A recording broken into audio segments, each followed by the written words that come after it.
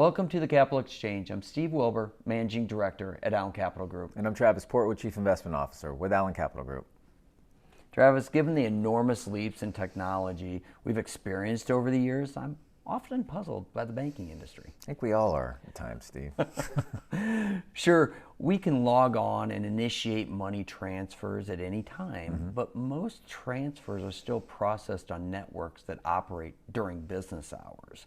So instead of taking seconds, transfers may take hours or days depending on when you initiate those transfers. Yeah, that can be aggravating at times. But Steve, I have some good news for you. We should see changes to this process starting later this month. The Federal Reserve plans to roll out its FedNow service, as they're calling it, to customers. And that's going to be offering domestic banks the ability to make instant domestic payments any time of the day, any day of the year.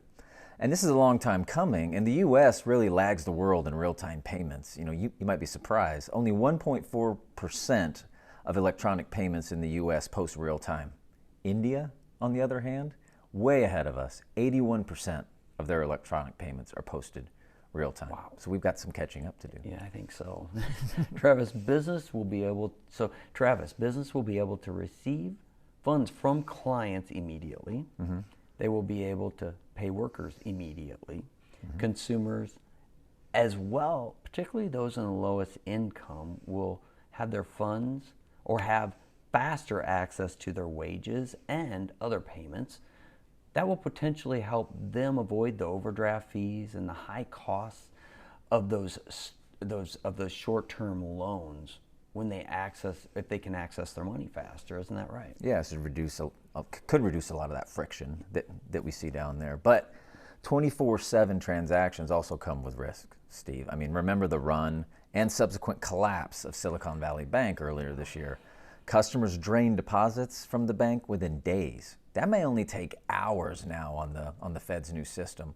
But participants in the Fed's Now system will have the ability to set limits on transaction size and type, maybe restrict funds to incoming only, not being able to send them out real time.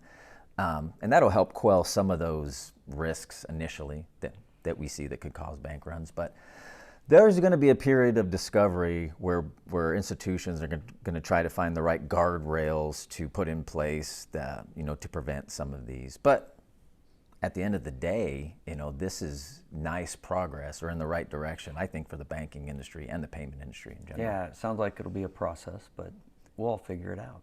I hope so. This has been great, Travis. I look forward to it next week. Look forward to it as well.